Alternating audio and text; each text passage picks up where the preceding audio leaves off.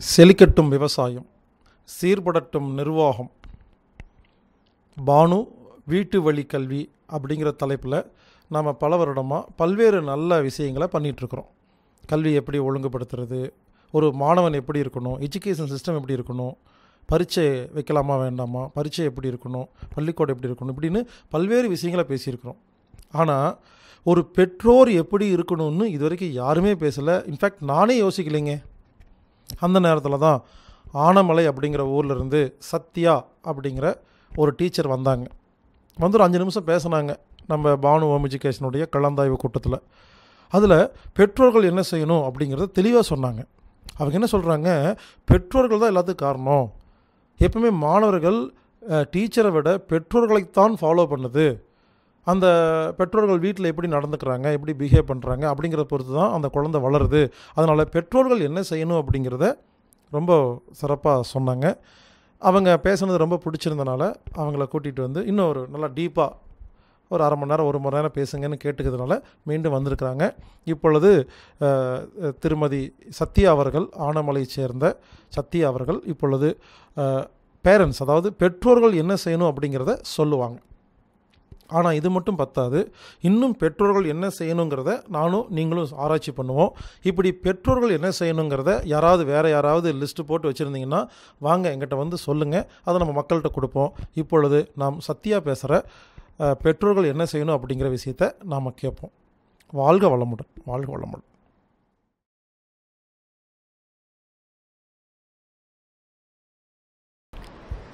வணக்கங்க,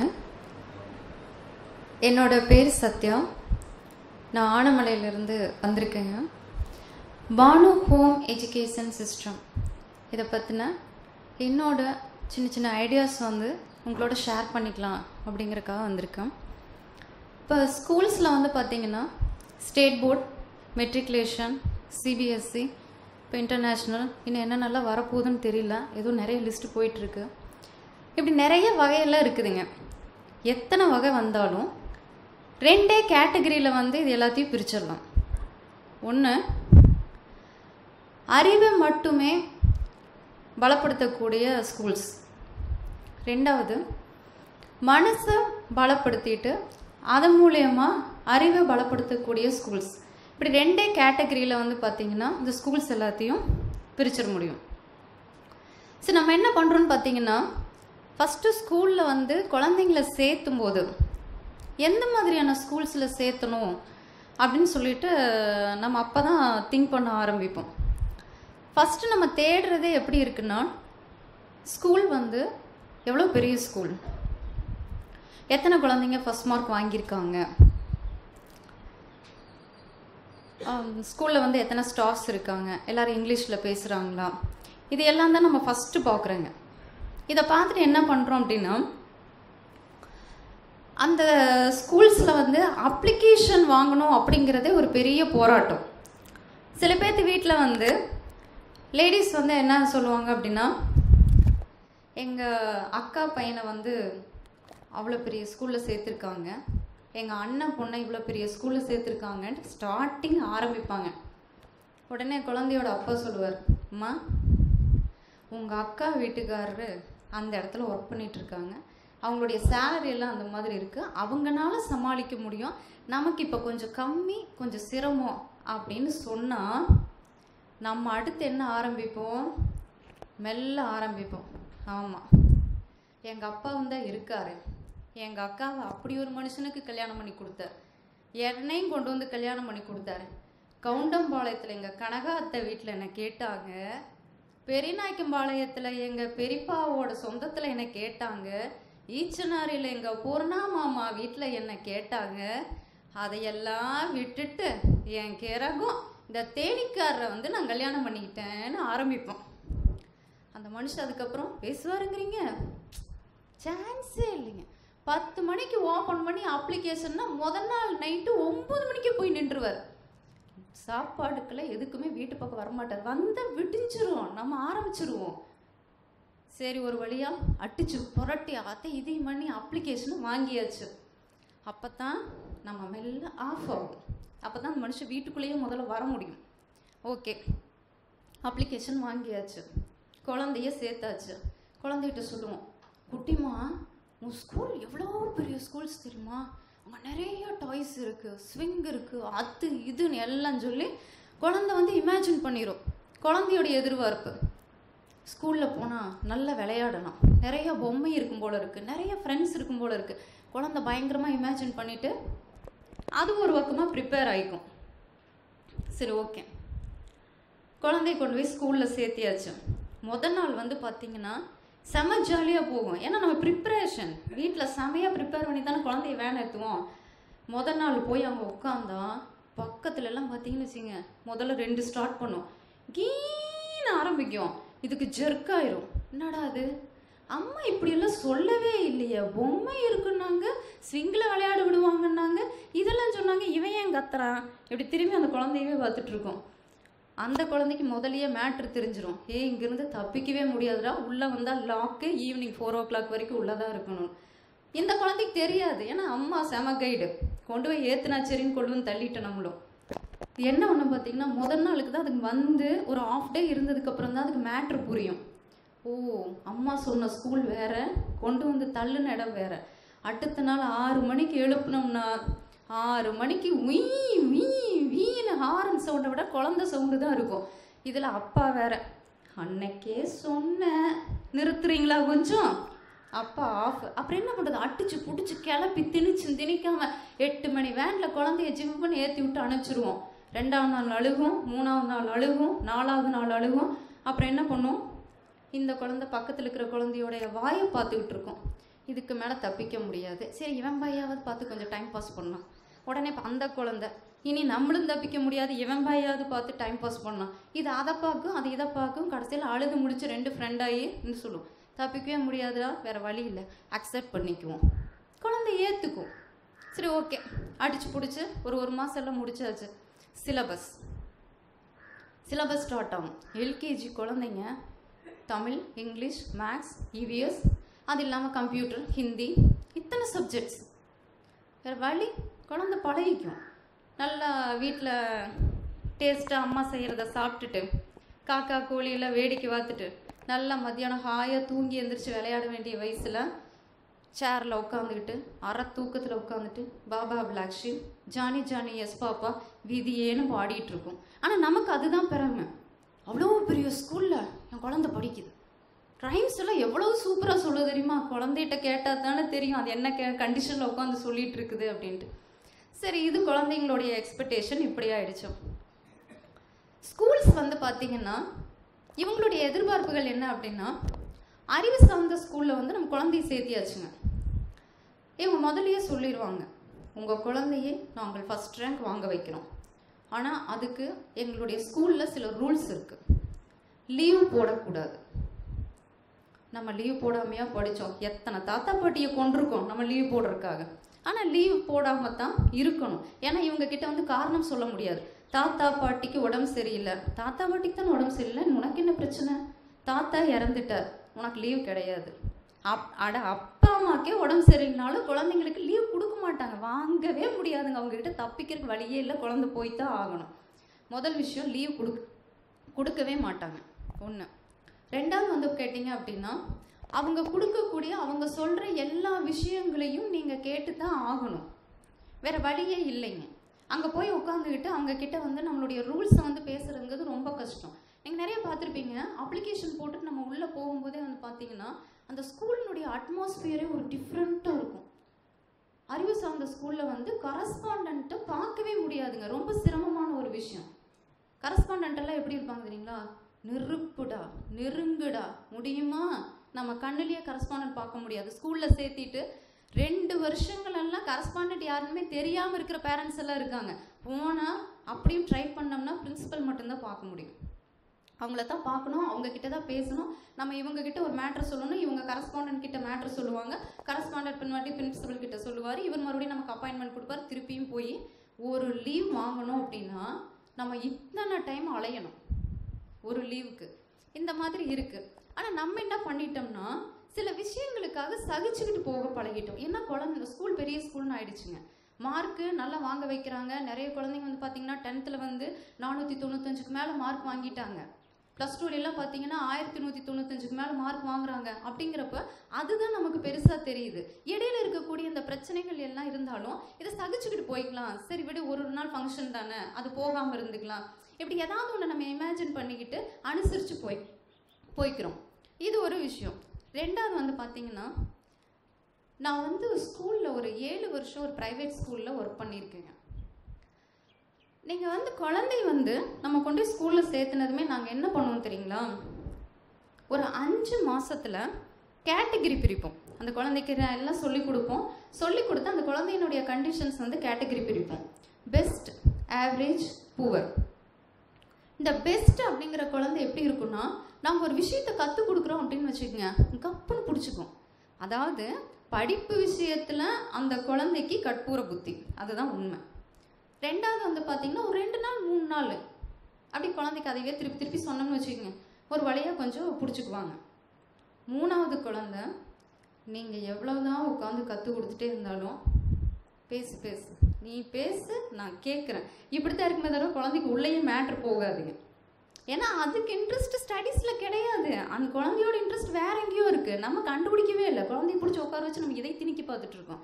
எப்படி உள்வாங்கும்? வாங்காது. சரி, ஓகே. அடுத்து பேரண்ட்ஸை நாங்கள் கேட்டகிரி பிரிப்போம். அதாவது குழந்தைவாது 5 மாதத்தில் கேட்டகிரி பிரிப்போம். பேரண்ட்ஸ் எல்லாம் எங்களுக்கு 4 மாதம் போதும். பேரண்ட்ஸ் எப்படி கேட்டகிரி பிரிப்போம் தெரியுங்களா? டெய்லியும் டைரி செக் பண்ணுறாங்களா, ஸ்கூலில் ஏதாவது ஒரு இன்சிடெண்ட் நடந்தாலோ இல்லை குழந்தை ஏதாவது வந்து சொன்னாலோ உடனே ஃபோன் பண்ணி கேட்குறதோ இல்லை நேரில் போய் பேசி என்ன ஏதுன்னு விசாரித்து அதை கிளியர் பண்ணிக்கக்கூடிய பேரண்ட்ஸை வந்து நாங்கள் பெஸ்ட்டுன்னு வச்சுக்குவோம். பேரண்ட்ஸ் மீட்டிங் மட்டும் அட்டன் பண்ணிவிட்டு 4 நாள் 5 நாள் ஒரு வாரத்துக்கு ஒரு டைம் டைரி செக் பண்ணிவிட்டு ஏதாவது பெரிய லெவலில் ஒரு இன்சிடெண்ட் நடந்தால் மட்டும் ஸ்கூல் பக்கம் எட்டி பார்க்குறவங்க ஆவரேஜ். டைரியும் பார்க்க மாட்டோம், ஃபீஸும் கட்ட மாட்டோம், பேரண்ட்ஸ் மீட்டிங்க்கு வரமாட்டோம். வருவோம், நீங்கள் வந்து கூட்டு ஃபீஸ் கட்ட சொன்னால் வருவோம், கட்டுவோம், போயிடுவோம். குழந்தைய பற்றி நிறைய சில பேரண்ட்ஸ் இந்த மாதிரி இருக்காங்க. இவங்களெல்லாம் வந்து பார்த்திங்கன்னா புவர் அப்படிங்கிற கண்டிஷனில் வச்சுக்குவோம். சரி, இதையெல்லாம் நாங்கள் எப்போ யூஸ் பண்ணுவோம் தெரியுங்களா? பேரண்ட்ஸ் மீட்டிங்னு ஒன்று வைப்பாங்க. இந்த பேரண்ட்ஸ் மீட்டிங்க்கு வந்து பார்த்திங்கன்னா அப்போ தான் நாங்கள் அதை வந்து யூஸ் பண்ணுவோம். ஒரு நல்லா படிக்கிற பெஸ்ட் கேட்டகரியில் இருக்கிற ஒரு பையன், இந்த பையனுடைய பேரண்ட்ஸ் வந்து பெஸ்ட்டாக இருந்தாலும் ஆவரேஜில் இருந்தாலும் புவரில் இருந்தாலும் நாங்கள் என்ன சொல்லுவோம் அப்படின்னா, பையன் நல்லா படிக்கிறாங்க, நல்ல டேலண்ட், இப்படியே நீங்கள் கொண்டு வந்தீங்க அப்படின்னா பையனை நல்ல ரேஞ்சுக்கு கொண்டு வந்துட முடியும் அப்படின்னு சொல்லி அவங்கள காம்ப்ரமைஸ் பண்ணி அனுப்பிச்சி விட்டுருவோம். ஏன்னா பையன் நல்லா படிக்கிறான்ல, பேரண்ட்ஸ் எதுவுமே கேட்க மாட்டாங்க. அதாவது பையன் எல்லா குழந்தைகளோட அனுசரித்து போகிறானா, பையன் ஒழுக்கமாக பேசுகிறானா, மரியாதையாக பேசுகிறானா, இதையெல்லாம் பேரண்ட்ஸ் கேட்கவும் மாட்டாங்க. நாங்களும் அதை பற்றி கேர் பண்ணவும் மாட்டோம். ஏன்னா அதெல்லாம் முக்கியம் இல்லையே, படிப்பு தானே முக்கியம், மார்க் தானே முக்கியம், கேட்க மாட்டோம், அனுப்பிச்சி விட்டுருவோம், அவங்களும் போயிடுவாங்க. ரெண்டாவது வகையான குழந்தை ஆவரேஜ். குழந்தை ஆவரேஜ், பேரண்ட்ஸ் பெஸ்ட். இந்த மாதிரி இருக்கிறவங்க உள்ளே வந்தால் என்ன பண்ணுவோம் தெரியுங்களா?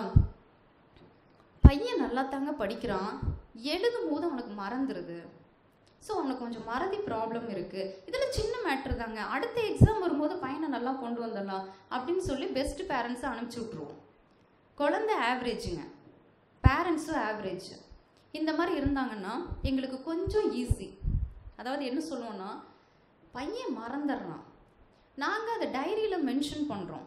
நீங்கள் 4 நாள் 5 நாளைக்கு ஒரு டைம் தான் டைரி பார்க்குறீங்க, நாங்களும் எங்களால் இவ்வளோ ஸ்ட்ரெயின் பண்ணி தான் நாங்கள் பையனை இந்த அளவுக்கு கொண்டு வந்திருக்கோம், உங்களுடைய சப்போர்ட் பத்தலை, நீங்கள் சப்போர்ட் சரியாக கொடுக்கல அப்படின்ட்டு என்ன பண்ணுவோம்னா, நாங்கள் இப்படி சுற்றி அப்படி சுற்றி இப்படி சுற்றி அப்படி சுற்றி அப்படின்னு வந்து டச் பண்ணி பேசுவோம். முதல் விஷயம், உங்களுக்கு என்ன விஷயம்னே புரியும் ஆனால் புரியாது, புரியணும் ஆனால் புரியக்கூடாது, இப்படி தான் நாங்கள் பேசுவோம். நீங்கள் கன்ஃபியூஸ் ஆயிடுவீங்க, எங்ககிட்ட அதிகமாக நீங்கள் கொஸ்டின் கேட்க மாட்டீங்க, நாங்கள் இப்படி ஆஃப் பண்ணி உங்களை அனுப்பிச்சி விட்ருவோம். அடுத்து வந்து பார்த்தீங்கன்னா குழந்தை ஆவரேஜ், பேரண்ட்ஸ் புவர் பேரண்ட்ஸ். எங்களுக்கு ரொம்ப சௌரியமாக போச்சுங்க, பையன் இவ்வளோ அசால்ட்டாக இருக்கான், அவன் படிக்கிறதே கிடையாது, டைரி ஹோம்ஒர்க் பண்ணுறதில்ல, எத்தனை டைம் சொன்னாலும் நீங்கள் வந்து பார்க்குறதில்ல, அப்போ பையனை ஸ்கூலில் விட்டால் போதும்னு நீங்கள் நினைக்கிறீங்க. இப்படி இருந்தால் நாங்கள் என்ன பண்ண முடியும் அப்படின்னு நாங்கள் இந்த மாதிரி பிடிச்சிக்குவோம். ஸோ இவங்களுக்கு என்ன பண்ண முடியும்னா, பேரண்ட்ஸ்க்கு வந்து ஏன்னா சரியாக அவங்களால மெயின்டைன் பண்ண முடியறதில்ல, குழந்தைய வந்து சரியாக வாட்ச் பண்ணுறதும் என்னமோ மெயின்டைன் பண்ண முடியறதில்ல, இல்லை சில பேரண்ட்ஸ்க்கு தெரியாது. ஸோ இவங்களை ஈஸியாக என்ன பண்ணும்போது, நீங்கள் எப்படியாவது படிக்க வைங்க சாமி, நான் இவ்வளோ கஷ்டப்பட்டு நான் வந்து என் குழந்தைய படிக்க வச்சுட்டு இருக்கிறேன், கடன் உடனே வாங்கித்தான் ஃபீஸ் கட்டுறேன், உங்களை நம்பித்தான் கொண்டு வந்து விட்டுருக்கிறேன், எனக்கு வேறு படிப்பறிவு கம்மி தான், கொஞ்சம் எப்படியாவது என் பையனை கொண்டு வந்துருங்கன்னு சொல்லிட்டு நாங்கள் சரண்டர் ஆயிடுவோம். நாங்கள் என்ன பண்ணுவோம், ஓகே உங்கள் பையனை கொண்டு வந்து டியூஷனில் விடுங்க, ஏன்னா நாங்கள் இதையெல்லாம் வச்சு அடுத்து எங்கள் வருமானத்துக்கு என்ன வழி தான் நாங்கள் பார்ப்போம். ஸோ கொண்டு வந்து டியூஷனில் விடுங்கன்னு சொல்லிட்டு ஒரு பிட்டை போட்டு அனுப்பிச்சி விட்ருவோம். புவர் குழந்தை, இந்த புவர் குழந்தையினுடைய பேரண்ட்ஸ் என்ன கேட்டகரியில் இருந்தாலும் நாங்கள் என்ன பண்ணுவோம் பார்த்தீங்கன்னா, உங்கள் பையனுக்கு ரொம்ப அசால்ட்டு, மறதி, படிக்கிறது ரொம்ப கம்மியாக இருக்குது, நீங்களும் கண்டிப்பாக அதிகப்படியான சப்போர்ட் கொடுத்தா மட்டும்தான் உங்கள் பையனை கொண்டு வரணும், உங்கள் பையனுக்கு படிப்பில் இன்ட்ரெஸ்டே கிடையாது, உங்கள் பையன் இவ்வளவு தான் அப்படின்னு நாங்கள் முடிவு கட்டிட்டு தான் அங்கே பேசுவோம். ஆனால் பேரண்ட்ஸா, நானும் ஒரு குழந்தையினுடைய அம்மாவா, இப்போ அந்த கேள்விகளுக்கெல்லாம் நான் அம்மாவாக இருந்தால் நான் எப்படி பதில் சொல்லணும் அப்படிங்கிறத நான் இப்போ உண்மையிலேயே ஃபீல் பண்ணுறேன். ஏன்னா அந்த 7 வருஷம் இருக்கும்போது எனக்கு மேனேஜ்மெண்ட் இதை தான் கற்றுக் கொடுத்தது. இப்படி தான் பேசணும். ஒரு பேரண்ட் உள்ள நுழைஞ்ச கேட்டகரி என்னன்னு தெரிஞ்சதுன்னா எங்கே அடித்து உங்களை வழி கொண்டு வரணும்னு எங்களுக்கு நல்லா தெரியுங்க. பேரண்ட்ஸ் டீச்சர்ஸ் மீட்டிங் அப்படின்னாலே 2 பேரும் சேர்ந்து ஒரு குழந்தைய உருவாக்குறது அப்படிங்கிறது இல்லை. ஒன்று இவங்க அவங்கள குறை சொல்லணும், இல்லைன்னா அவங்க இவங்கள குறை சொல்லணும். குறை சொல்கிறக்கா பேரண்ட்ஸ் மீட்டிங்கு? இதில் இன்னொரு காமெடி என்னென்னா, நாங்கள் வந்து இந்த பேரண்ட்ஸு கேட்டகிரி பிரித்து இன்டைரக்டில் வச்சு பேசிகிட்டு இருப்போம்.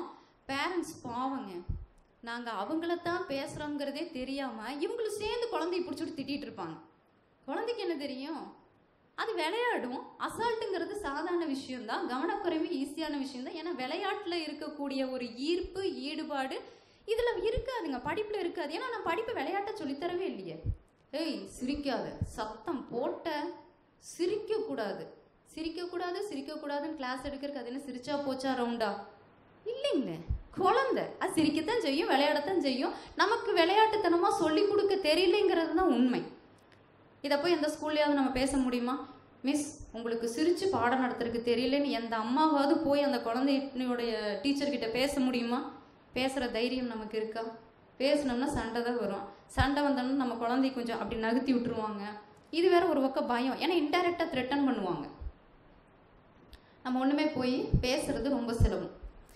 சரி, இதுக்கெல்லாம் என்ன பண்ணலாம் அப்படின்னு வந்து பார்த்தீங்கன்னா, சாகம்பரி அப்படின்னு ஒரு ஸ்கூல் இருக்குங்க. இந்த ஸ்கூல் தர்மபுரியில் இருக்கு.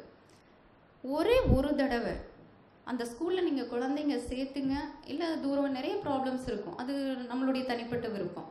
ஆனால் ஒரு டைம் போய் அந்த ஸ்கூலை நீங்கள் பார்த்தீங்க அப்படின்னா நம்ம குழந்தைய எப்படி டியூன் பண்ணி கொண்டு வர்றதுங்கிற ஐடியா நமக்கு கிடைக்குங்க. நமக்கு எஜுகேஷன் பற்றி ஒன்றுமே தெரியாமல் இருக்கலாம், குழந்தைங்களுடைய ஸ்டடீஸ் பற்றி ஒன்றுமே தெரியாமல் இருக்கலாம். ஏன்னா சில பேருக்கு வந்து பார்த்தீங்கன்னா எஜுகேஷன் லெவலில் கொஞ்சம் கம்மியாக இருப்பாங்க. அப்போ என்னன்னே தெரியாமல் இருந்தாலும் அந்த சாகம்பரி ஸ்கூலில் வந்து போய் பார்த்தோம் அப்படின்னா ஒரு ஐடியா கரெக்டாக உண்மையிலே எல்லாத்துக்கும் அவங்கவுங்க குழந்தைய எங்கே டியூன் பண்ணி கொண்டு வரணுங்கிற ஐடியா நல்லா கிடைக்குது. ஒன்று. ரெண்டாவது, உங்களுடைய சுற்று வட்டத்தில் இருக்கக்கூடிய மனம் சார்ந்த மனசை நல்லா கவனிச்சுக்கிற, அதாவது குழந்தையினுடைய மனசை பலப்படுத்துறது மூலிமா குழந்தையினுடைய அறிவை பலப்படுத்துகிற ஸ்கூல்ஸில் உங்கள் குழந்தைய சேர்த்துக்குங்க. அது என்ன மனசை பலப்படுத்துகிற அப்படின்னு ஸ்கூல் வந்து பார்த்தீங்கன்னா, இந்த ஸ்கூலில் படின்னு நச்சரிக்கவே மாட்டாங்க. ஆனால் இந்த மாதிரி ஸ்கூல் ஸ்டேட் போர்ட்லேயும் இருக்குது, மெட்ரிக்ல இருக்குது, சிபிஎஸ்லேயும் இருக்குது, இன்டர்நேஷ்னல்லையும் இருக்குது. எப்படி தெரிஞ்சுக்க முடியும் அப்படின்னா, படின்னு உங்கள் குழந்தைய நச்சரிக்கவே மாட்டாங்க. ஒழுக்கத்துக்கு முக்கியத்துவம் கொடுப்பாங்க. மரியாதை, பெரியவங்களை எப்படி மரியாதையாக பேசுறதுக்கு முக்கியத்துவம் கொடுக்குறாங்க. அந்த கரஸ்பாண்டன்ஸை நீங்கள் சர்வசாதாரணமாக பக்கத்து வீட்டு அங்கிளை பார்க்குற மாதிரி தாராளமாக போய் பார்க்க முடியும். அவர்கிட்ட நேரடியாக எல்லா விஷயங்களையும் ஷேர் பண்ண முடியும். இப்போ எனக்கு இங்கே நான் வந்து ப்ரிப்பேர் பண்ணி இங்கே பேசுகிறதுக்கு எனக்கு இந்த ஸ்கூல்ஸை பற்றின நிறைய ஐடியாஸ்கள் கொடுத்தது வந்து பார்த்தீங்கன்னா ஒரு மெட்ரிகுலேஷன் ஸ்கூலினுடைய கரஸ்பாண்டன்ட். அவர் தான் சொன்னார், நிறைய ஐடியாஸ் கொடுக்குறாரு. மார்க்னு குழந்தைங்களை இந்த அளவுக்கு டார்ச்சர் பண்ணுறதை பார்த்தா கஷ்டமாக இருக்குமா, நீங்கள் போய் அங்கே பேசுங்க அப்படிங்கிற ஐடியா கொடுத்ததே ஒரு கரஸ்பாண்டன்ட் போய் பேச சொல்கிறாரு, என்கரேஜ் பண்ணுறாரு. அந்த மாதிரி ஸ்கூல்ஸ் உங்கள் சுற்று வட்டாரத்திலேயே நிறையா இருக்கும். கொஞ்சம் அந்த மாதிரி ஸ்கூலில் சேர்த்துங்க. இவங்க என்ன பண்ணுறாங்க அப்படின்னா குழந்தைய ரிலாக்ஸ் பண்ணி அதுக்கப்புறமா கற்றுக் கொடுக்குறாங்க. சிலபஸ் என்னமோ இந்த சிலபஸ் தாங்க. நார்மலாக இப்போ குழந்தைங்க படிச்சுக்கிட்டு இருக்கிற இந்த மனப்பாடம் பண்ணக்கூடிய முறை தான் சிலபஸ். ஆனால் சொல்லி கொடுக்குற விதம் பரவாயில்லாமல் இருக்குது. ரெஃப்ரெஷ் பண்ணுறாங்க, நல்லா விளையாட விடுறாங்க, இந்த மாதிரி கற்றுக் கொடுக்குறாங்க. அந்த மாதிரி ஸ்கூலில் சேர்த்து விடுங்க. சரி, ஓகேங்க. இப்போ அந்த மாதிரி ஸ்கூலில் சேர்த்தியாச்சு. சாகம்பரி மாதிரியான ஸ்கூல்களில் சேர்த்துறதுக்கு தூரமோ இல்லை குழந்தையினுடைய சின்ன ஏஜாக இருக்குது, இந்த மாதிரி விஷயங்கள் பிரச்சனையாக இருக்குது. அப்போ நம்ம என்ன பண்ணலாம் அப்படின்னா, இப்போ நான் வந்து ஒரு 2 வயசுலேருந்து ஒரு 13-14 வயசு இருக்கிற குழந்தைங்க வரைக்கும் அவங்கள எந்த மாதிரி கொஞ்சம் சப்போர்ட் பண்ணோம்னா அந்த குழந்தைங்களுடைய அந்த வயசுக்கு மேலே அவங்களே தனிச்சு இயங்குற அளவுக்கு பண்ண முடியும் அப்படின்னு ஒரு சின்ன சின்ன ஐடியாஸ் வந்து என்னோட குழந்தையும் அவங்கள சுற்றி இருக்கிற எங்கள் ஸ்ட்ரீட்டில் இருக்கிற சில குழந்தைங்கள வச்சுக்கிட்டு நான் அவங்களுக்கு செஞ்சு பார்க்கும்போது எனக்கு இது நல்ல ரிசல்ட் கொடுத்ததுங்க. அவங்கக்கிட்ட நல்ல மாற்றம் தெரிஞ்சுது. ஒரு விஷயம் என்னன்னா, முதல்ல குழந்தைக்கு நம்மளோட குடும்பத்தை பற்றி கற்றுக் கொடுக்கணுங்க. நம்மளோட அப்பா அம்மா, அக்கா அண்ணா, தம்பி தங்கச்சி, இவங்க கூட எல்லாம் நம்ம சின்ன வயசுலேருந்து எப்படி வளர்ந்தோம், இதையெல்லாம் கற்றுக் கொடுக்கணும். எங்கள் அக்கா எனக்கு அவ்வளோ ஒன்றா பார்த்து செய்வா, எங்கள் அம்மா எனக்கு இவ்வளோ ஒன்றா பார்த்து செய்வாங்க. நான் ஸ்கூல் போனோம் அப்படின்னா எனக்கு வந்து டிஃபன் பாக்ஸ் எல்லாம் எங்கள் அக்கா போட்டு தருவா. எங்கள் இன்னொரு அண்ணன் எனக்கு வந்து ஸ்கூல் பேக்கெல்லாம் ரெடி பண்ணுவார். எங்கள் அப்பா என்னை திட்டுனாங்கன்னா அண்ணன் தான் என்னை பத்திரமா பார்த்துக்குவான். எங்கள் கூட சின்ன சின்னதாக விளையாடுவான். அவனை நான் ரொம்ப மிஸ் பண்ணுறேன். இந்த மாதிரி நம்மளுடைய குடும்பத்தை, அப்பாவுடைய குடும்பத்தையும் அப்பாவும், அம்மாவுடைய குடும்பத்தை அம்மாவும் குழந்தைங்க கிட்ட ஒரு 1/2 hour டெய்லியும் பேசணுங்க. முதல் விஷயம், நம்மளுடைய குடும்பத்தை வந்து குழந்தைகள் கண்டிப்பாக தெரிஞ்சுக்கணும். ஒரு அப்பா அம்மா ஒரு குடும்பத்தில் எப்படி வளர்ந்தாங்கங்கிறத குழந்தைகள் முதல்ல புரிஞ்சுக்கணும். 1. 2வது வந்து பார்த்தீங்க அப்படின்னா, தாத்தா பாட்டி. தாத்தா பாட்டியை பற்றி குழந்தைங்க கிட்ட நல்ல நல்ல விஷயங்களாக கற்றுக் கொடுக்கணும். ஒரு வீட்டில் மாமியார் மருமகள் சின்ன மனஸ்தாபங்கள் இருக்கும். ஒரு மருமகனுக்கும் மாமனார் மாமியாருக்கு சின்ன மனஸ்தாபங்களுக்கு, இதெல்லாம் பெரியவங்க பிரச்சனைங்க, வேண்டாம் குழந்தைங்களுக்கு. குழந்தைங்களுக்கு தாத்தா பாட்டியினுடைய நல்ல விஷயங்கள், எவ்வளோ கஷ்டப்பட்டு வளர்த்துனாங்க, தாத்தா எவ்வளோ அன்பாக இருப்பார், எவ்வளோ பாசமாக இருப்பார், என்னத்தையெல்லாம் விட்டு கொடுத்து வளர்ந்து, ஏதாவது விஷயங்கள் குழந்தைக்கு கதை மாதிரி டெய்லியும் சொல்லி கொடுக்குறது, இதை செய்யலாம். 3வது வந்து பார்த்தீங்க அப்படின்னா, ஃபங்க்ஷன்ஸ்க்கு வந்து இப்போ நிறைய குழந்தைங்களை வந்து கூட்டிகிட்டே போகிறது இல்லைங்க. ஏன்னா ஸ்கூலில் லீவ் கொடுக்கறது 1. 2வது, நம்மளே வந்து இப்போ ஃபங்க்ஷனுக்கெல்லாம் போகிறத அவாய்ட் பண்ணுறோம். ஒரு கல்யாணம், ஒரு சீரு, ஒரு நல்லது கெட்டது எதுக்குமே போகிறத ஒரு ஃபோனில் பேசி நம்ம எல்லா வேலையும் முடிச்சுக்கிட்டு இருக்கிறோம். இது ரொம்ப தப்பான விஷயங்க. இது எங்கே பாதிப்பு கொடுக்குது தெரியுங்களா? குழந்தைக்கு உறவுகள் யார் யார் இருக்காங்க இல்லைன்னே தெரிய மாட்டேங்குது. வருஷம் ஃபுல்லாக லீவ் எடுக்காமல் ஸ்கூலுக்கு போயிட்டு வருஷம் முடிஞ்சதுக்கப்புறம் அந்த ஒரு நாள் வந்து பார்த்தீங்கன்னா அவார்டு கொடுப்பாங்க, ஃபுல் அட்டண்டன்ஸ்ன்னு சொல்லி கேம்பஸே எல்லாம் கை தட்டுவாங்க. இதை வந்து தான் நமக்கு பெரிய விஷயமா நினச்சிக்கிறோம். அந்த ஒரு வருஷம் லீவு போடாமல் அந்த ஒரே ஒரு நாளில் அந்த குழந்தை போய் அங்கே கிளாப் பண்ணிவிட்டு ஒத்த அவார்டை வாங்கும்போது அந்த குழந்தை கற்றுக்கிற விஷயத்தை விட நம்மளுடைய வீட்டு கல்யாணங்கள், மாமா கல்யாணம், அண்ணன் கல்யாணம், இந்த மாதிரி வீட்டு உறவுகள், நல்ல விஷயங்கள், இல்லை யாருக்காவது உடம்பு சரியில்லை, இல்லை யாராவது இறந்துட்டாங்க, ஏதாவது இருக்கட்டும், அந்த விசேஷ வீட்டுகளுக்கு குழந்தைகளை கூட்டிகிட்டு போகும்போது நம்மளுடைய உறவுகள் அதை பார்க்கும்போது அந்த உறவுகள் நம்மளுடைய குழந்தைக்கு கற்றுக் கொடுக்குற விஷயங்கள் ரொம்ப அதிகம். ஆனால் எல்லாமே இன்டைரக்டில் தான் இருக்கும். குழந்தை அங்கே நிறைய விஷயங்களை கற்றுக்குவாங்க. ஸோ ஃபுல் அட்டண்டன்ஸுங்கிற ஒரு விஷயத்தை விட்டுட்டு குழந்தைகளை உறவுகளோட கற்றுக் கொடுங்க. இது எங்கள் மாமா, இது உனக்கு அண்ணன், இது உன்னுடைய சித்தப்பா, இது உன்னுடைய பெரியப்பா, இது உன்னுடைய அத்தை, இது உன்னோட சித்தி அப்படின்னு சொல்லும்போது குழந்தை இவ்வளவு உறவுகள் இருக்கா அப்படின்னு அந்த ஒரு சந்தோஷம், அது உண்மையாக ஒரு ஆள் மனசுக்கு உறவுகள் கண்டிப்பாக வேணும். நம்ம தனி குடித்தனமாகவே வளர்ந்துட்டதுனால தாங்க உறவுகளை விட்டு நம்ம விலகி வர்றோம். இதனால தான் சமுதாயத்தில் நிறைய தப்புகள் நடக்குது. யோசிச்சு பாருங்க, இப்போல்லாம் 3 வயசு குழந்தைகளுக்கு நிறைய பாதிப்புகள் நடக்குது. பசங்களுக்கு படித்து முடிச்சு வெளியில் வந்தோம் அப்படின்னா எல்லாத்துக்கும் மன அழுத்தம், ஸ்ட்ரெஸ்ஸு, அப்பா அம்மாவுக்கு ஸ்ட்ரெஸ்ஸு, தாத்தா பாட்டிக்கு ஸ்ட்ரெஸ்ஸு, குழந்தைக்கும் ஸ்ட்ரெஸ்ஸு. உறவுகளோட நம்ம மிங்கிள் ஆகிறது இல்லை, எந்த ஒரு விஷயத்தில் போய் சந்தோஷம் பிரியமாக இருக்கிறது இல்லை. இதை கொஞ்சம் நம்ம ஆரம்பித்தோம் அப்படின்னா உங்கள் மாற்றங்கள் ஒரு 2 விஷயத்துலேயே நம்ம நல்லா தெரிஞ்சுக்க முடியும். குழந்தைகள் எத்தனை மாற்றங்கள் மாறுறாங்க. போயிட்டு வந்து ஒரு வாரம் பாருங்க, குழந்தை நல்ல ஆரோக்கியமாக இருக்கும், குழந்தை நல்ல சந்தோஷமாக இருக்கும், ஸ்கூலுக்கு கூட ஜாலியாக போயிட்டு வரும். கண்டிப்பாக ஃபங்க்ஷன்ஸ்க்கு குழந்தைகளை கூட்டிகிட்டு போங்க. 1. அடுத்து, நீங்கள் வேலைக்கு போகிற பேரண்ட்டாக இருந்தாலும் சரி, இல்லை அம்மா வீட்டில் ஹவுஸ் ஒய்ஃபாக இருக்கிற மாதிரி இருந்தாலும் சரி, குழந்தைக்கு டெய்லியும் ஒரு கதை சொல்லிவிடுங்க. ஏதாவது ஒரு கதை சொல்லி கொடுங்க. மேக்சிமம் நான் ஒரு 2 கதைகள் சொல்லி கொடுத்தாங்க. 1, பஞ்சதந்திர கதைகள். இதெல்லாம் நம்ம சின்ன குழந்தையா இருக்கிறப்ப படித்தது, இப்போ நமக்கே மறந்து போச்சு. பஞ்சதந்திர கதைகள் இது என்ன அப்படின்னா, இப்போ இருக்கிற காலகட்டத்தில் வந்து பஞ்சதந்திர கதைகள் படிக்கணும், அதை குழந்தைங்க தெரிஞ்சுக்கணும். ஏன்னா வாழ்க்கைக்கு ரொம்ப முக்கியங்க. இப்போ இருக்கிறதெல்லாம் நம்ம வந்து சிங்க கூட்டத்துக்குள்ளே இருக்குல்ல, நம்மளாம் குள்ளநரி கூட்டத்துக்குள்ளே தான் வாழ வேண்டியதாக இருக்குது. முகத்துக்கு நேராக நம்மளை பகச்சிக்கிறதுக்கு யாருமே கிடையாது, முதுகு பின்னாடி குத்துறவங்க நிறைய பேர் இருக்காங்க. ஸோ பஞ்சதந்திர கதைகளை குழந்தைகளுக்கு கற்றுக் கொடுங்க. ரெண்டாவது, அர்த்த சாஸ்திரம். இப்படி சொன்னால் நிறைய பேர்த்துக்கு தெரியாதுங்க. சாணக்கியர் நமக்கு எல்லாத்துக்குமே தெரியும். சாணக்கியர் நீதின்னு சொல்லுவாங்க, அந்த புக்குடைய பேர் தான் அர்த்த சாஸ்திரம் அப்படின்னு. சாணக்கியர் ரொம்ப பெரிய ஒரு டேலண்டான பர்சனுங்க. ஒரு சாதாரண ஒரு ஏழை வீட்டில் இருந்த குப்த வம்சத்தில் இருந்த ஒரு சந்திரகுப்தரை சின்ன பையனை கூட்டிகிட்டு வந்து நல்லா டெவலப் பண்ணி விட்டு நந்தன வம்சம்னு சொல்லுவாங்க. அந்த வம்சத்தில் நிறைய தவறுகள், அந்த ராஜாக்கள் எல்லாம் ரொம்ப தப்பு பண்ணிட்டு இருந்தாங்க. அந்த நந்தன வம்சத்தையே முழுக்க அழிச்சிட்டு குப்த சாம்ராஜ்யத்தை கொண்டு போய் அங்கே வச்சவர் தான் சாணக்கியர். ரொம்ப டேலண்டான பர்சன். நிறையா ரூல்ஸை வந்து சொல்லியிருக்காரு. அதாவது ஒரு தனி மனிதன் எப்படியெல்லாம் வாழணும் ஒன்று. ரெண்டாவது, ஒரு ராஜா எப்படி இருக்கணும் அப்படின்னா, அந்த காலத்தில் ராஜா அப்படின்னா இந்த காலத்தில் பிஸ்னஸ் பண்ணுறவங்க இவங்கெல்லாம் எப்படி நடந்துக்கணும் அப்படிங்கிறத சொல்லியிருக்காருங்க. நீங்கள் அது சின்ன சின்ன கதையாக குழந்தைங்களுக்கு டெய்லி சொல்லி கொடுத்தீங்க அப்படின்னா உண்மையிலேயே உங்கள் குழந்தைக்கு மனசும் பலப்படும், அறிவும் பலப்படும். இந்த சாணக்கியர் இதையெல்லாம் எங்கே போய் தேடுறது அப்படின்னா ரொம்ப ஈஸியான வேஸுங்க. நமக்கு எல்லாத்துக்கிட்டையும் மொபைல் இருக்குது, எல்லாத்துக்கிட்டையும் நெட் இருக்குது. நம்ம நெட்டில் என்னென்னமோ பார்க்குறோம், தேவையில்லாத பார்க்குறோம், கேம் விளையாடுறோம், எல்லாமே செய்கிறோம். ஆப்ஸ் இருக்குங்க. சாணக்கியர் நீதிங்கிற ஆப்ஸ் இருக்குது, பஞ்சதந்திர கதைகள் ஆப்ஸ் இருக்குது, திருக்குறள் கதைகள் ஆப்ஸ் இருக்குது. இதில் நிறையா இருக்குது. நீங்கள் அந்த கதையை படிச்சுட்டு குழந்தைங்களுக்கு கதை சொல்லுங்கள். ஏன்னா தாத்தா பாட்டி சொல்கிற கதைகளுக்கு வேல்யூ ரொம்ப அதிகம். அதுக்கப்புறம் அப்பா அம்மா சொல்கிற கதைகளுக்கு வேல்யூ ரொம்ப அதிகம்.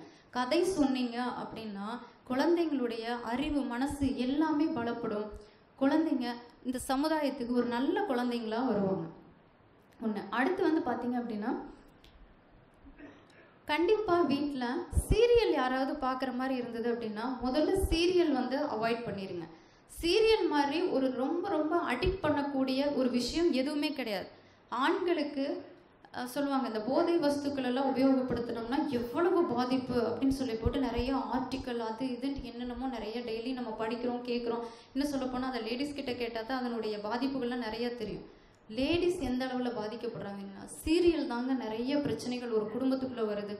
சீரியல் பார்த்தோம் அப்படின்னா நிறைய பேர் சொல்கிற ஒரு விஷயம் என்னென்னா, இது வேறு எனக்கு ஒரு டவுட்டுங்க. சீரியல் பார்த்தா பொறுமை வரும்னு சொல்கிறாங்க.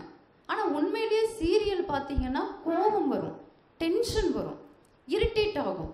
ஹஸ்பண்ட் வந்து ஒரு சாதாரண காரணம் சொன்னாலே நமக்கு கோபம் வரும். நம்ம டிவி பார்த்துட்டு இருக்கும்போது குழந்தை வந்துட்டு ஏதாவது அம்மா இது என்னன்னு கேட்டோம்னா சில்லுன்னு எரிஞ்சு விழுந்துருவோம். ஆனால் ரெண்டாவது நமக்கே மனசு உறுத்தும், ஐயோ குழந்தைய திட்டோமே.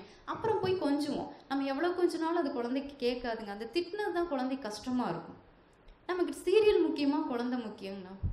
குழந்தை தானே முக்கியம். நம்ம சீரியல் பார்க்கும்போது நமக்கே இவ்வளோ இரிட்டேட் ஆகுதே, குழந்தை நிலைமையை யோசிச்சு பாருங்க.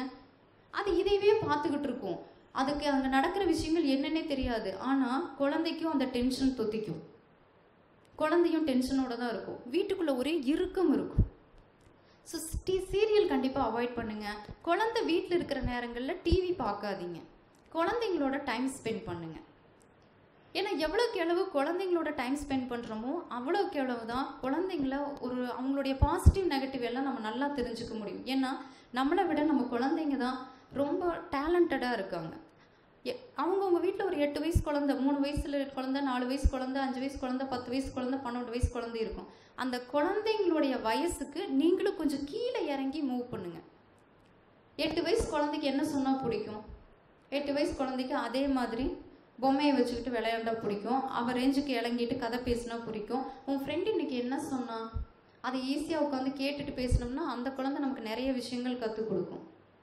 ஸோ குழந்தைங்களுடைய ரேஞ்சுக்கு அவங்க வயசுக்கு நீங்களும் கீழே இறங்கி அதையே கற்றுக் கொடுங்க. ரெண்டாவது, குழந்தைக்கு வந்து கூடுமான வரைக்கும் மதர் லாங்குவேஜ் தாய்மொழியிலேயே எல்லா விஷயங்களையும் சொல்லி கொடுங்க. ஏன் அப்படின்னு கேட்டிங்கன்னா சீக்கிரமாக நம்மளே எடுத்துக்கோங்க, நம்மளுடைய மனசு வந்து ஒரு விஷயங்கள் நீங்கள் என்ன லாங்குவேஜில் நீங்கள் பேசிக்கிட்டு இருந்தீங்கனாலும் இங்கிலீஷில் பேசலாம், ஹிந்தியில் பேசலாம், மலையாளத்தில் பேசலாம், தெலுங்கில் பேசலாம், நீங்கள் எந்த மொழியில் பேசினாலும் உங்களுடைய தாய்மொழி, ஒரு எக்ஸாம்பிள் சொல்லுவேன், தமிழ் தான் உங்களுடைய தாய்மொழி. நீங்கள் எந்த லாங்குவேஜில் பேசுனீங்களோ உங்கள் மனசு என்ன பண்ணும் தெரியுங்களா? அதை தாய்மொழிக்கு கன்வெர்ட் பண்ணிவிட்டு அப்புறம் புரிஞ்சுட்டு அதுக்கப்புறம் தான் பதில் கொடுக்கும், இல்லைன்னா மனசில் பதிய வச்சுக்கும். அதனால தான் தாய்மொழியில் குழந்தைக்கு கற்றுக் கொடுக்கணும்னு சொல்கிறது. ஏன்னா இந்த கன்வெர்ட் பண்ணுற வேலை அங்கே மனசுக்கு இருக்காது, டைரெக்டாக உள்ளே போயிடும், குழந்தைங்க சீக்கிரம் சட்டுன்னு புரிஞ்சுக்குவாங்க.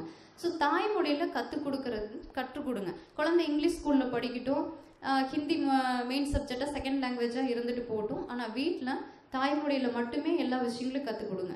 பொட்டேட்டோ எடுத்துகிட்டு வா, டொமேட்டோ எடுத்துகிட்டு வா அப்படின்னு சொல்கிறத விட தக்காளி எடுத்துகிட்டு வா, உருளைக்கிழங்கு எடுத்துகிட்டு வான்னு சொல்லி கொடுத்தீங்க அப்படின்னா குழந்தைக்கு அந்த காய்களினுடைய பேரு, உருவம், வடிவம் எல்லாமே டக் டக்குன்னு புரிஞ்சிடும். ஒன்று. ரெண்டாவது, உங்கள் வீட்டுக்கு பக்கத்து வீட்டிலலாம் குட்டி குட்டி குழந்தைங்க இருப்பாங்க பார்த்தீங்களா? அந்த குழந்தைங்களெல்லாம் கூட்டி கொண்டு வந்து வச்சுக்கிட்டு இந்த மாதிரி விஷயங்கள் சேர்த்து சொல்லி கொடுக்கும்போது உங்கள் குழந்தையும் சீக்கிரம் படிச்சுக்கும், அந்த குழந்தைங்களும் சீக்கிரமாக படிச்சுக்குவாங்க. ஸோ கூர்மான வரைக்கும் ஒரு 2-3 குழந்தைங்களை வச்சுட்டு குரூப் ஸ்டடி கற்றுக் கொடுக்க முடியுமான்னு பாருங்கள். அடுத்து வந்து பார்த்தீங்கன்னா, சரி அப்படியே தமிழ் கற்றுக் கொடுக்குறோம். தமிழை எப்படி கற்றுக் கொடுக்கறது? ஏன்னா நம்ம வந்து அ ஆ இ அப்படிங்கிறத வந்து உட்காந்து சொல்லி கொடுத்துக்கிட்டே இருந்தோம் அப்படின்னா குழந்தைங்களுக்கு போர் அடிச்சு போயிடுங்க. வேறு ஏதாவது வகையில் தான் குழந்தைங்களுக்கு கற்றுக் கொடுக்கணும். அ ஆ இ அப்படிங்கிற விஷயங்களை ஒரு சின்ன ட்ராமா மாதிரி செஞ்சு கற்றுக் கொடுக்கலாம். ஒரு டாக்டர், ஒரு பேஷண்ட், டாக்டர் பேஷண்ட் ரிலேஷன்ஷிப்பை வச்சுக்கிட்டு ஒரு சீன் க்ரியேட் பண்ணிவிட்டு அந்த அ ஆ கற்றுக் கொடுக்க முடியும். இதை வந்து பார்த்தீங்கன்னா யூடியூப்பில் சேஷக்கண்ணன் newstamil.in அப்படிங்கிற சேனல் ஓப்பன் பண்ணி பார்த்தீங்கன்னா இந்த அ ஆ எவ்வளோ அழகாக 5 நிமிஷத்தில் குழந்தைங்களுக்கு கற்றுக் கொடுக்குறத ட்ராமா மூலியமாக கற்றுக் கொடுக்குறாங்க. இதை நம்ம பக்கத்து வீட்டு குழந்தைங்களை வச்சு விளையாட்டை கற்றுக் கொடுத்தீங்கன்னா உங்கள் குழந்தை ஒரே நாளில் 5 நிமிஷத்தில் அ ஆ இ பழகிக்கும். இக்கு இங்கு இந்த மெய்யெழுத்துக்கள், இந்த மெய்யெழுத்தையெல்லாம் குழந்தைக்கு எப்படி கற்றுக் கொடுக்கறது அப்படின்னா பாட்டு மூலியமாக இக்கு இங்கே கற்றுக் கொடுக்கலாம். அதுவும் 5 நிமிஷம் தாங்க, வெறும் 5 நிமிஷத்தில் பாட்டு மூலியமாக இக்கு இங்கே உங்கள் குழந்தைக்கு ஈஸியாக கற்றுக் கொடுக்க முடியும். kumaresan.in யூடியூப்பில் இந்த சேனல் ஓப்பன் பண்ணி பார்த்தீங்கன்னா அவங்க வந்து அந்த குழந்தைங்க தான் கற்றுக் கொடுக்குறாங்க. தமிழ் மீடியத்தில் படிக்கக்கூடிய குழந்தைகள் தான் இதை கற்றுக் கொடுக்குறாங்க. வெறும் 5 நிமிஷம் இக்கு இங்கே குழந்தை பழகிக்கும். அடுத்து இருக்கிற பெரிய விஷயம் என்னன்னா மேக்ஸை எப்படி குழந்தைக்கு கற்றுக் கொடுக்கறது? இந்த இது டேபிள்ஸுங்க குழந்தைக்கு கற்றுக் கொடுக்கறதுல ரொம்ப சிரமமான விஷயம் என்னன்னா இந்த டேபிள்ஸ் வந்து கற்றுக் கொடுக்கறதுக்கு குழந்தைங்க ரொம்ப சிரமப்படுறாங்க. 5th வரைக்கும் இருக்கிற டேபிள்ஸை எல்லா குழந்தைங்களும் ஈஸியாக பழகிக்குவாங்க. இந்த 6th இருக்கிற டேபிள்ஸை பழகிக்கிறது ரொம்ப சிரமமாக இருக்குது. ஆனால் இதே டேபிள்ஸை இதே மாதிரி தாங்க 5 நிமிஷத்தில் குழந்தைக்கு கற்றுக் கொடுக்க முடியும். இதுக்கு வந்து எதுவுமே வேண்டாம், பேப்பர் பென்சிலெல்லாம் வேண்டாம், ஃபிங்கர்ஸில் வெறும் ஃபிங்கர்ஸை வச்சுக்கிட்டு டேபிள்ஸை 15th வரைக்கும் நம்மளால் சொல்லி கொடுக்க முடியும். இதுக்கு என்ன பார்த்தீங்கன்னா அந்த யூடியூப்பில் இதுவும் ஒரு சேனல் இருக்குது. புது நுட்பம் 1, 2வது ரூபி தெரசா, 3வது பிளான்ட் வேர்ல்ட். இது 3ல் பார்த்தீங்கன்னா மேக்ஸை 5 நிமிஷங்களில் 2 டிஜிட் இருக்கிற நம்பரை எவ்வளவு ஒரே லைனில் ஒரே நிமிஷத்தில் அந்த சம் போட முடியும். 3 டிஜிட்டில் இருக்கிற சம்ஸை அதே மாதிரி ஒரே டிஜிட்டில் போட முடியும். இதை நம்ம ஈஸியாக 5 மினிட்ஸ் நம்ம குழந்தை புரிஞ்சுக்கிற மாதிரி கற்றுக் கொடுக்குறாங்க. இதை கொஞ்சம் இதையெல்லாம் ஓப்பன் பண்ணி பார்த்துட்டு உங்கள் குழந்தைக்கு கற்றுக் கொடுத்தீங்க அப்படின்னா குழந்தைகள் ஈஸியாக புரிஞ்சுக்குவாங்க. சரி, இதெல்லாம் கற்றுக் கொடுக்கறதுக்கு ரொம்ப லேட் ஆகும், சிரமமாக இருக்கும் அப்படின்னா உண்மையிலே இல்லைங்க. இதையெல்லாம் கற்றுக் கொடுக்கறதுக்கு மொத்தமே உங்களுக்கு அதாவது மனம் சார்ந்த இந்த விஷயங்களையும் கதை சொல்லி கொடுக்கறது, இந்த மேக்ஸ் சொல்லி கொடுக்கறது, தமிழ் சொல்லி கொடுக்கறது, ஓவராலாக எல்லாம் சேர்த்துனீங்கனாலே 1/2 மணி நேரத்தில் முடிச்சிட முடியும். 1/2 மணி நேரத்தில் இத்தனை விஷயங்களை உங்களுடைய குழந்தைகளுக்கு கற்றுக் கொடுக்கறது ரொம்ப ஈஸி. இதை கொஞ்சம் ட்ரை பண்ணி பாருங்கள். ஏன்னா பெரிய குழந்தைகள், நான் 13 வயசுக்கு மேலே இருக்கிற குழந்தைகளுக்கு கூட இந்த பேஸ்மெண்ட் பிரச்சனை இருக்குங்க. கேக்கும் கோக்கும் வித்தியாசம் தெரிய மாட்டேங்குது. சவுங்கிற வார்த்தையை வந்து செலன்னு தான் படிச்சுட்டு இருக்காங்க. தமிழ் ப்ரொனவுன்சியேஷன் வர மாட்டேங்குது. ஆனால் தமிழில் வந்து ஈஸியாக வந்துருச்சு அப்படின்னா மற்ற எல்லா லாங்குவேஜையும் புரிஞ்சுக்கிறது ரொம்ப ஈஸியான ஒரு விஷயம்.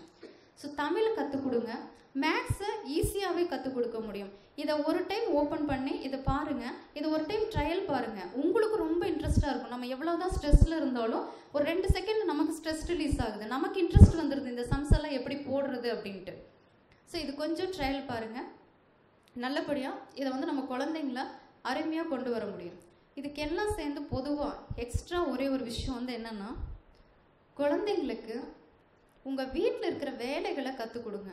பாத்திரம் கழுவுறது, இந்த வீடு கூட்டுறது, நம்ம சாப்பிட்ட காஃபி டம்ளர் தட்டோ இதெல்லாம் எடுத்து சிங்கில் போடுறது, முடிஞ்சால் கழுவி வைக்கிறது, இந்த வேலைகளை குழந்தைகளுக்கு கண்டிப்பாக கற்றுக் கொடுங்க. ஏன்னா நம்ம இந்த மாதிரி வேலைங்களை வந்து கற்றுக் கொடுக்குறது இல்லை. நம்ம சாப்பிட்ட தட்டத்தை குழந்தையே வந்து எடுக்கணும்னு நினச்சாக்கலாம், வேண்டாம் பண்ணி எடுக்காத அப்படின்னு சொல்லிடுறோம்.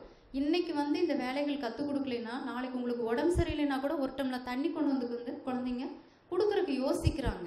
ஏன்னா அவங்க பாயிண்ட் ஆஃப் வியூவில் இதெல்லாம் என்னுடைய வேலை இல்லை அப்படின்னு அர்த்தம். அம்மாவுக்கு காய்ச்சல் அப்படின்னா ஒரு குழந்தை காலையில் ஒரு சுடுதண்ணி வச்சு கொடுக்குறது அப்படின்னா எனக்கு ஸ்டவ்வே பற்ற வைக்க தெரியல, அப்படியே இருந்தாலும் இது என் வேலை இல்லை, காய்ச்சலாக இருக்கா, நீ டேப்லெட் சாப்பிட்டு 1/2 hour ரெஸ்ட் எடுத்துட்டு அதுக்கப்புறம் எந்திரிச்சு சமைச்சு கூட அப்படின்னு சொல்கிற குழந்தைங்க தான் அதிகமாக இருக்காங்க. சின்ன வயசுலேருந்து குழந்தைங்களுக்கு சமையல் பண்ணுறதுக்கு சின்ன சின்ன விஷயங்கள் சமையல் பண்ணலாங்க. சப்பாத்திக்கு மாவு பிசைஞ்சு கொடுக்கலாம், தோசை ஊற்றி தரலாம், இட்லி செஞ்சு தரலாம், சட்னி எல்லாம் எடுத்து கொடுத்து சட்னி அரைச்சி கொடுக்கலாம், இல்லை மசாலா அரைச்சி தரலாம். இந்த மாதிரி வேலைகளை குழந்தை கண்டிப்பாக செய்ய முடியும். சின்ன வயசுலேருந்து மோட்டிவேட் பண்ணுங்க. ஒரு குழந்தைய சப்பாத்தியை வந்து தேய்ச்சி கொடுக்கறதுக்கு எந்த வயசில் ஆரம்பிக்கலாங்கிறீங்க? 1.25 வயசு போதுங்க. ஒரு குழந்தைய சப்பாத்தி தேய்ச்சி கொடுக்கறதுக்கு என்ன ரவுண்டெல்லாம் நீங்கள் எதிர்பார்க்கக்கூடாது. வேர்ல்டு மேப்பில் இருக்கிற எல்லா டைரக்ஷன்லேயும் உங்களுக்கு சப்பாத்தி வரும். ஆனால் குழந்தை சுட்டு கொடுத்த சப்பாத்தி எப்போவுமே டேஸ்ட்டாக இருக்கும். ஃபார் எக்ஸாம்பிள் வந்து ஒரு சின்ன விஷயம் சொல்கிறேன். எங்கள் பாப்பா இதே நான் 1.25 வயசுலேருந்தே பண்ண முடியும் அப்படின்னா 1.25 வயசுலேருந்து இப்போ வரைக்கும் எங்கள் வீட்டில் சப்பாத்தி போட்டுட்ருக்கிறது எங்கள் பாப்பா தாங்க. மேடம் தான் தேய்ச்சி கொடுப்பாங்க, நாங்கள் தான் பண்ணுவோம். ஆனால் இது என்ன அப்படின்னா இந்த மாதிரி விஷயங்கள் எல்லாம் பண்ண முடியும் அப்படிங்கிற ஒரு எனக்கு தெரியாது. ஏன்னா நான் வந்து பார்த்தீங்கன்னா சமையல் பண்ணியெல்லாம் எனக்கு பழக்கமே கிடையாதுங்க. கல்யாணம் முடிச்சதுக்கப்புறம் தான் எனக்கு பால் கூட காய்ச்ச தெரியாது. 2 மாதம் எங்கள் வீட்டுக்காரர் தான் சமையல் பண்ணார். போனால் போகட்டுமே நான் அதுக்கப்புறம் சமையல் பண்ணி பழகினேன். ஸோ நான் கொஞ்சம் ஆவரேஜ் தான். ஆனால் எல்லா ஆண்களும் கண்டிப்பாக ஹெல்ப் பண்ணுவாங்க. ஒய்ஃப் மேலே பாசம் இருக்கும், எல்லாருமே ஹெல்ப் பண்ணுவாங்க. ஆனால் குழந்தைங்களை டியூன் பண்ணுறதுக்கு ஆண்களை எல்லா குழந்தையும் செய்யறாங்க, ஆண்கள் ரெடியாக இருக்காங்க. நீங்கள் கொஞ்சம் மாறினீங்க அப்படின்னா குழந்தைய ஒரு அப்பா அம்மா 2 பேரும் சேர்ந்து சூப்பராக வளர்த்தி கொண்டு வர முடியும். ஒரு குழந்தை முன்னாடி தயவு செஞ்சு சண்டை போடாதீங்க. ஏன்னா அப்பா ரொம்ப நல்லவருங்க, அம்மா ரொம்ப ரொம்ப நல்லவங்க, அப்பாவும் நல்லவங்க தான், அம்மாவும் நல்லவங்க தான். குழந்தை என்னங்க பண்ணுச்சு? நமக்கு நம்மளுடைய கணவர்கிட்ட நிறைய விஷயங்கள் தெரிய மாட்டேங்குது, புரிஞ்சுக்க தெரியல, நமக்கு யாரும் கற்றுக் கொடுக்கல. நம்மளுடைய ஒய்ஃபை பற்றி கணவருக்கு தெரிய மாட்டேங்குது, நம்ம ஒய்ஃப் கிட்ட என்னென்ன நல்ல விஷயங்கள் இருக்குன்னு தெரியல. ஏன்னா நம்மள தனி குடித்தனத்துலேருந்து வந்துட்டோம்ங்க. ஸோ குழந்தைய எப்படி ஹேண்டில் பண்ணுறது அப்படிங்கிற விஷயங்கள் தெரியல. ஆனால் ஒரே ஒரு விஷயங்கள் மட்டும் ஞாபகப்படுத்திக்கிட்டிங்கன்னா உங்கள் குழந்தைய எப்படி வளர்த்துறதுன்னு தெரியும். சின்ன வயசில் தாத்தா பாட்டி வீட்டுக்கு போகும்போது நீங்கள் எப்படி இருந்தீங்க, எப்படியெல்லாம் விளையாண்டீங்க? ஆற்றுல குளித்தோம், டயர் ஓட்டி விளையாண்டோம், மரத்தில் ஊஞ்சல் கட்டி விளையாண்டோம், எத்தனையோ விஷயங்கள் உங்களுக்கு இருக்குது. நீங்கள் சின்ன சின்ன வயசில் உங்களுடைய தாத்தா பாட்டி வீட்டில் பெரியம்மா சித்தி அவங்க குழந்தைங்கன்னு எல்லாத்துக்கூடையும் சேர்ந்து விளையாண்டுருக்கீங்க. உங்கள் குழந்தைக்கு யார் கூடயுமே சேர்ந்து விளையாடுற ஆப்ஷனே கிடையாது. ஒன்று டிவியில் பீம் கூட தான் விளையாட வேண்டியதாக இருக்குது, இல்லை அப்படின்னா உங்கள் மொபைலில் இருக்கிற கேம்ஸ் கூட தான் விளையாட வேண்டியதாக இருக்குது. ஸோ டெய்லியும் தயவு செஞ்சு ஒரு 10 நிமிஷம் உங்கள் குழந்தைங்க கூட விளையாடுங்க. ஒரு குழந்தைங்க ஒரு அப்பா கிட்ட வந்துட்டு, அப்பா 1 மணி நேரத்துக்கு உங்களுக்கு எவ்வளோப்பா, உங்களுடைய சேலரியை டிவைட் பண்ண 1 மணி நேரத்துக்கு என்னப்பா சம்பளம் அப்படின்ச்சான். அப்பா சொன்னார், 1 மணி நேரத்துக்கு என்னுடைய இது 100 rupees. ஏப்பா? ஒன்றும் இல்லைப்பா, சும்மா கேட்டேன், போயிடுச்சு. ஒரு 10 நிமிஷம் கழிச்சு வந்தது. அப்போ ஒரு 50 rupees கொடுக்குறீங்களா? உனக்கு எதுக்கு 50 rupees? என்ன செலவு இருக்குது? என்ன? இல்லைப்பா, நான் சேஃப்டி பண்ணுறதுக்கு தான் கேட்டேன். இவர் பார்க்குறாரு, 50 ரூபாய் எல்லாம் நீ வந்து கேட்குற அப்படின்னு கொஞ்சம் யோசிச்சுட்டு சரின்னு தூக்கி கொடுக்குறாரு. குழந்தை வாங்கிட்டு போயிடுச்சு. அடுத்த நாள் வருது, மறுபடியும் அப்பா கிட்ட 50 ரூபா கேட்குது. நேற்று தானே கொடுத்தேன். அது நேற்று. அப்போ ஒரு 50 rupeesப்பா, 50 rupeesப்பா. இது எதுக்குன்னே தெரியல. இவர் வந்து ஒர்க் ஸ்ட்ரெஸ் வேறு, டென்ஷன், வேலையிலேருந்து வந்து அந்த வேலையை இன்னும் விட முடியல, அந்த வேலை ப்ரெஷர் அதிகமாக இருக்குது. டென்ஷனில் உட்காந்து வந்து குழந்தைய சத்தம் போட்டுட்டு தூக்கி 50 ரூபா என்ன பண்ணுறாருன்னா கொடுக்குறாரு. வாங்கிட்டு போயிடுச்சு. நைட்டெல்லாம் சாப்பிட்டு முடிச்சு ஒரு ரிலாக்ஸாக உட்காந்துருக்கும் போது டவுட்டு, நேற்று 50 ரூபா வாங்கிட்டு போனால் இன்றைக்கி 50 ரூபா வாங்கிட்டு போனால் என்ன தான் பண்ணிகிட்ருக்குறாங்க? சரி குழந்தை தூங்கலைன்னா கேட்கலான்ட்டு போகிறாரு. குழந்தை படுத்துருக்குது, முழிச்சுட்டு தான் படுத்துருக்கு. ஏப்பா எதுக்குப்பா 2 நாள் 50 ரூபா வாங்கினேன்? இல்லைப்பா, 1 மணி நேரத்துக்கு உங்களுடைய அமௌண்ட் 100 ரூபாய்ன்னு சொன்னீங்க. பெட்டுக்கடியில் பார்க்குது 2 50 ரூபா நோட்டு இருக்கு, எடுத்து கொடுத்துட்டு அப்பா 100 ரூபா கொடுத்துட்டேன், நாளைக்கு 1 ஹவர் என் கூட இருப்பீங்களா? என் ஃப்ரெண்டு ஜான்சியோட அப்பா டெய்லி அவளுக்கு அவதான்ப்பா சாப்பாடு ஊட்டுறாரு. எனக்கு நாளைக்கு ஒரு நாள் 1 ஹவர் என் கூட டைம் ஸ்பெண்ட் பண்ணிட்டு எனக்கு தோசை ஊட்டி விடுங்கப்பா. அவங்க அப்பாவுக்கு அது எவ்வளோ பெரிய வழியாக இருந்திருக்கும் யோசிச்சு பாருங்க. எத்தனை பேர் நம்ம வீட்லேயும் இதுதான் நடக்குதுங்க. குழந்தைங்களுக்கு பணத்துடைய மகிமை தெரியாது, பணத்தினுடைய அருமையெல்லாம் தெரியாது. அவங்களுக்கு பணம் தேவையில்லை. இப்போ அவங்க என்ன கேட்குறாங்க? அப்பா கூட இருக்கணும், அப்பா கூட விளையாடணும்.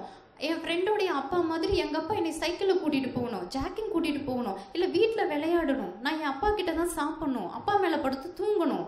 இதெல்லாம் குழந்தைங்க ரொம்ப ஆசைப்படுறாங்க. வேலைக்கு போகிற குழந்தைங்களுடைய அம்மா ஒரு நாள் எனக்கு நீ ஊட்டி விட, டெய்லி பாட்டி ஊட்டி விடுறாங்க. ஒரு நாள் என் கூட இரேம்மா, ஒரு நாள் லீவ் போடுமா. குழந்தைங்க இப்போ உங்களை எதிர்பார்க்குறாங்க. நம்ம என்ன பண்ணுறோம்? குழந்தைய பெரிய ஸ்கூலில் சேர்த்துருக்கோம், நல்லா தானே சேர்த்துருக்கோம், இதில் படித்தா எனக்கு ஃப்யூச்சர் ரொம்ப நல்லா இருக்கும், அதுக்குண்டான பணத்தை சம்பாதிக்கணும், ஏன்னா ஃபீஸ் லட்சக்கணக்கில் இருக்குதுங்க. ஸோ 2 பேரும் ஓட ஆரம்பிச்சுட்டு குழந்தைய விட்டுட்டோம். குழந்தைக்காகத்தான் எல்லாமே கஷ்டப்படுறோம், ஆனால் குழந்தைய கவனிக்கவே முடியாத அளவுக்கு நம்ம அங்கே கஷ்டப்பட்டுட்டு இருக்கோம். ஸோ இது எங்கே ப்ராப்ளம் ஆயிடுச்சுன்னு பார்த்தீங்கன்னா, குழந்தை நம்மளை எதிர்பார்க்குது, நம்ம பணத்தை எதிர்பார்த்து போயிட்டுருக்கோம். ஒரு பெருசாகுது, இந்த வழி குழந்தைக்கு ஊண்டிங்காக இருக்கும். பெருசாகி குழந்தை சம்பாதிக்க ஆரம்பிக்கும் போது நமக்கெல்லாம் பார்த்தீங்கன்னா ஒரு 40 வயசு 45 வயசு ஆகிடும். நம்ம ரிட்டன் குழந்தை எதிர்பார்த்து வருவோம். ஒரு ஃபோனாவது பண்ணுறானா? ஆனால் குழந்தை என்ன பண்ணுவான்? நம்மளை மாதிரியே அவனும் பணத்தை பின்னாடி ஓடிட்டு இருப்பான். ஃபோன் பண்ணி, தம்பி சாப்பிட்டியா? சாப்பிட்டம்மா. தம்பி அங்கே உனக்கு எல்லாமே எத்தனை தரமா நச நசன்னு கேட்டுக்கிட்டே இருப்ப. நேற்று தானே கேட்டேன், இன்னைக்கு தானே கேட்டேன், சாப்பிட்டாச்சு, வை ஃபோனை. இந்த அம்மாவுக்கு அது வலிக்கும். ஆனால் குழந்தையும் இந்த வார்த்தைகளை சின்ன வயசில் வாங்கியிருக்காங்க. ஸோ குழந்தைங்க கூட கொஞ்ச நேரம் டைம் ஸ்பெண்ட் பண்ணுங்கள். குழந்தைங்க கூட இந்த மாதிரி விஷயங்கள் கற்றுக் கொடுங்க. நம்ம குழந்தைகள் எவ்வளவு தூரத்தில் இருந்தாலும் மனசளவில் நம்ம பக்கத்துலேயே தான் இருப்பாங்க. தேங்க்யூ.